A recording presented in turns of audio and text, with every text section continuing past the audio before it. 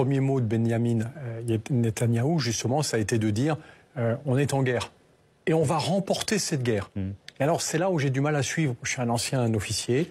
Je ne vois pas comment on gagne ce type de guerre contre le Hamas.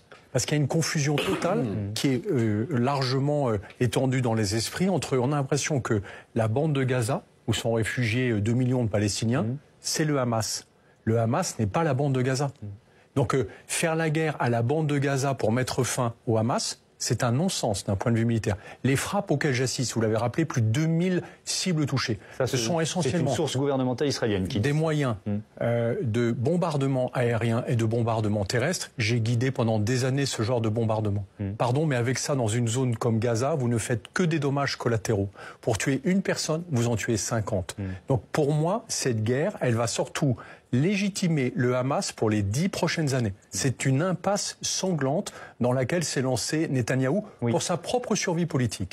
Il faut s'interroger quand même face à cette attaque qui est malgré tout d'un style nouveau. On n'avait pas connu ce genre d'attaque avec des massacres délibérés, organisés par des commandos multiples, très bien coordonnés, sans matériel sophistiqué, mais avec un mode d'organisation que je qualifierais de très sophistiqué. Moi, j'y vois deux choses. La première, c'est une préparation qui a été faite avec des acteurs extérieurs. C'est pas du niveau du Hamas ce qui s'est passé. Il y a d'autres acteurs qui sont venus les convaincre d'agir comme ça.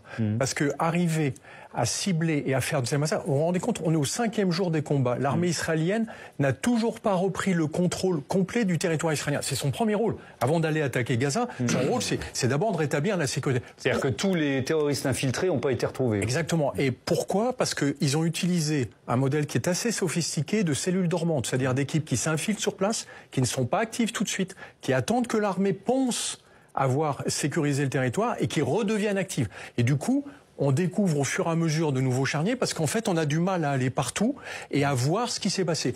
Donc, c'est juste pour dire que ce mode-là n'est pas, à mon avis, à la portée conceptuelle du Hamas. Il y a d'autres acteurs extérieurs qui les ont aidés à monter cette affaire. Et pourquoi ils les ont montés, les aider à monter une attaque d'une telle atrocité, parce que c'est insoutenable ce qu'ils ont fait du côté israélien, c'est forcément avec un but. Pour moi, le but premier, c'est d'obliger l'armée israélienne à se lancer dans une guerre et il y a une escalade régionale.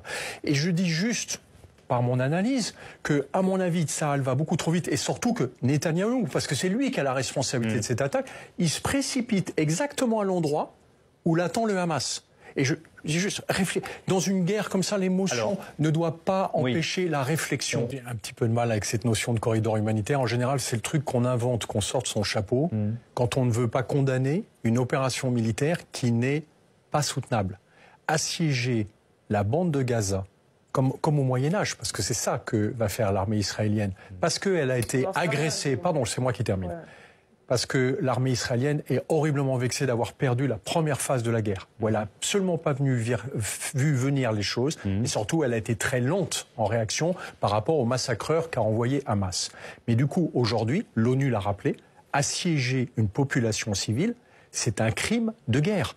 Donc je suis juste étonné que les États-Unis, comme la France, ne disent pas non, attendez, le problème c'est pas le corridor humanitaire, c'est qu'on ne peut pas accepter qu'il y ait un siège de la bande de Gaza. Que les Israéliens veulent légitimement détruire le Hamas, c'est normal. Mais par contre, ça n'est pas en détruisant Gaza qu'il faut détruire le Hamas. Peut-on faire l'un sans l'autre? Pardon? Peut-on faire l'un sans l'autre? Mais on ne peut pas assimiler les deux. Sinon, c'est accepter de martyriser une population civile pour détruire un organisme politique à l'intérieur. Mais pardon, mais là, on va vers un massacre de grande ampleur. Donc pour moi, politiquement comme juridiquement, c'est inacceptable. Alors attention, ça n'enlève rien à la responsabilité ignoble des massacres qui ont été commis par le Hamas. Bien sûr, on l'explique et on ne le légitime surtout pas. Mais pour moi, c'est d'abord l'échec d'une politique ultra-sécuritaire de Netanyahou, qui avait promis la sécurité à Israël, et en fait qui lui apporte sur un plateau une guerre d'autant plus ignoble que finalement, elle va lui permettre de préserver son pouvoir. Donc il y a quelque chose de complètement paradoxal dans cette situation. Normalement, Netanyahou, il devrait être balayé par l'opposition interne qu'il a créée. Et finalement, c'est cette guerre qui va peut-être lui permettre, dans un premier temps, de rester au pouvoir. Ensuite, arrivera le moment des comptes. Et là, ce sera extrêmement intéressant, parce que moi, je tiens de sources israéliennes que l'alerte sur l'attaque du Hamas a été remontée au gouvernement. Ce que n'arrivent pas à me dire les services de renseignement, c'est est-ce qu'elle a été noyée dans une multitude d'alertes qui fait que le gouvernement est légitime de dire on n'a pas vu celle-ci plus que les 15 autres par jour, ou est-ce qu'elle a été écartée parce qu'en fait, ça ne les désarrangeait pas qu'il y ait cette guerre. Et ça, jusqu'au bout, on aura l'incertitude sur cette question qui est horrible.